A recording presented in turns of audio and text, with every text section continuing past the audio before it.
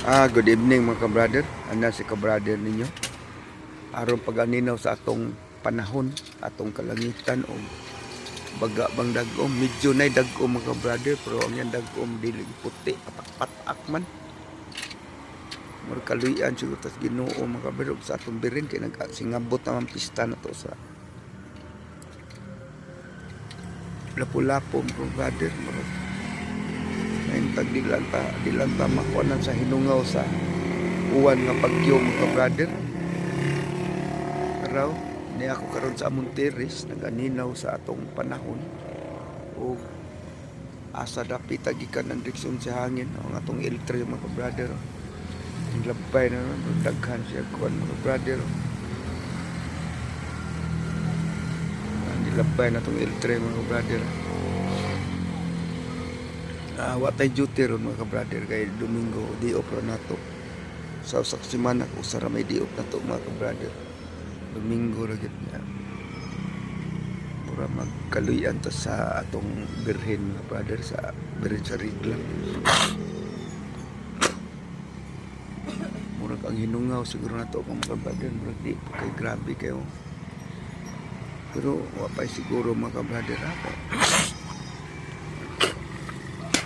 Ugma pagid musod ang bagyo, mo landfall ang bagyo mga sa kayutaan sa Pilipinas mga brother, sa dito sa kuan sa Luzon mga brother. Ito siya mo landfall para mga brother natong Pakpakan Barangay Road mga brother, muraw medyo hapsay ang atong dalan na ka-brother, dalan Pakpakan dala. Di kayo medyo dili kay daghan ang mga sakyanan nga nangagi kay kuha naman mga brother, minus 10 para alas 8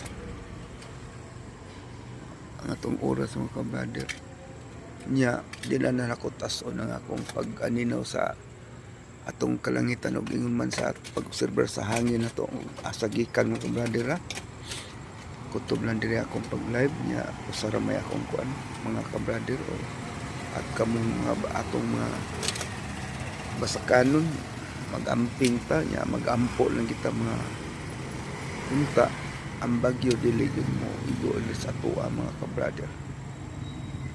Salig na tos kay tasan ka brother og sa atong milagrosong birhen salig Rigla mga ka-brother.